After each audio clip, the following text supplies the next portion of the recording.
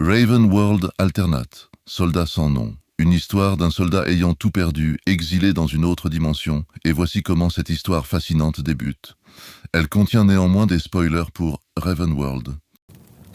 Une jeune personne en armure médiévale de fortune parlait aux plus jeunes enfants de sa famille, autour d'un feu de camp, assis sur des troncs d'arbres coupés, loin d'un village en flammes.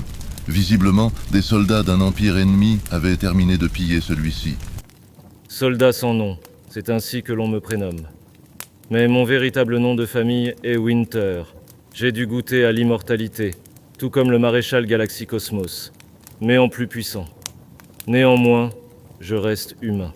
Les enfants Winter, nous sommes ici, exilés dans cette dimension à cause du maréchal Cosmos. Autrefois surnommé l'ange de l'espoir, il est désormais celui qui apporte la destruction, le porteur de la destruction. Ne parlez à personne de ce que je viens de vous dire, compris?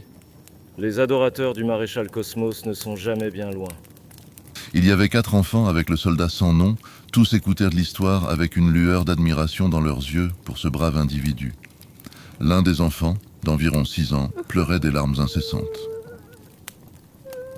Le soldat sans nom caressait gentiment la tête de celui-ci en enlevant ses gantelets froids. Ses mains étaient délicates, mais aussi forgées dans le labeur. Il posa ses gantelets sur le bord du tronc, tout en poursuivant dans le sens d'un cercle, une caresse pour lui offrir une approche plus douce et réconfortante.